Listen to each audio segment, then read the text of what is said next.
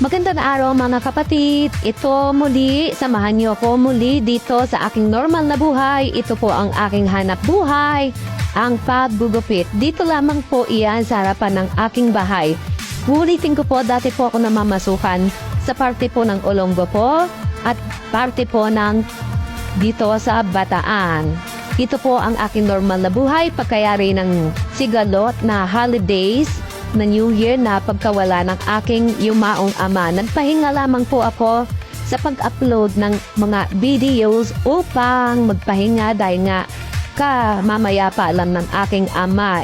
Inihatid po siya noong January 3. So January 7 po tayo ngayon. Iyan po ang aking pamangkin. Ipinakikilala ko po sa inyo na si Brian na naging service ko rin po sa pagpunta at pagparito at pag-uwi sa St. Peter Chapel noong nakaburol po ang aking namayapang ama.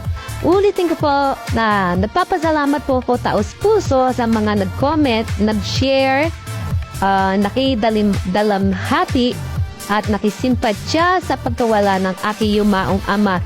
Taos-puso po akong papasalamat po sa inyo. Lalong-lalo na po ang aming kapitan na si Manny Paule at si Konsehal Rick Bernal na nagbigay pa sa akin ng pamasahe, tulong, abuloy sa aking namayapang ama at ang nabutos na si kapitan na magpatrol upang maayos na maihatid ang aking ama sa kanyang huling hantungan sa Hermosa Memorial Park.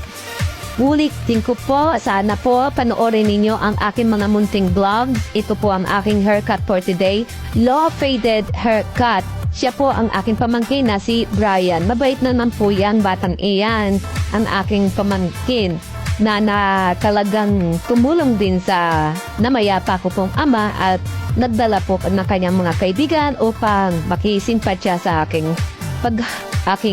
ama na ihatid sa kanyang huling hantungan. Maraming pong salamat. Ito po muli si Yuki Dulay Lia Manzana. Sana po panoorin niyo po ang aking mga video vlogs.